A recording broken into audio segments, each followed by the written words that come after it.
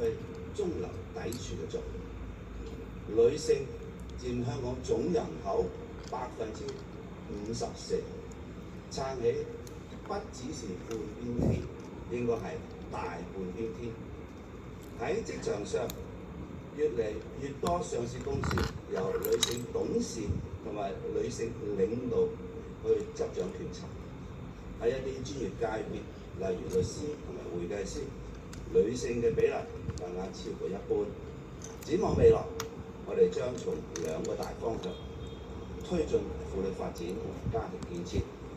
第一，持續締造有利環境，激發巾幗發展動能，保障婦女權益，釋放婦女潛能。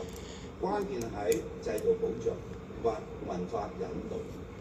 香港多元共融，法治健全，每位女性都可以喺公平嘅制度之下，捉緊自己嘅發展機遇。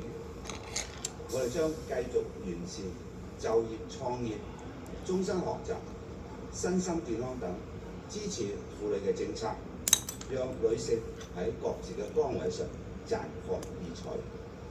第二，厚植和諧家庭保養，構建關愛共融社會。我哋將進一步推動家庭、家教、家風嘅理念深入民心。